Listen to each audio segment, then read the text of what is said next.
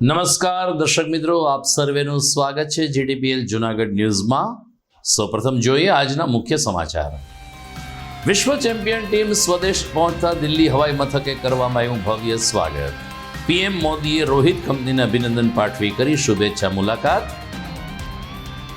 ઓજી વિસ્તારના લાભાર્થે પણ નરસિંહ સરોવર ખાલી ન કરવા જાંજરડા રોડના રહીશોની માંગ।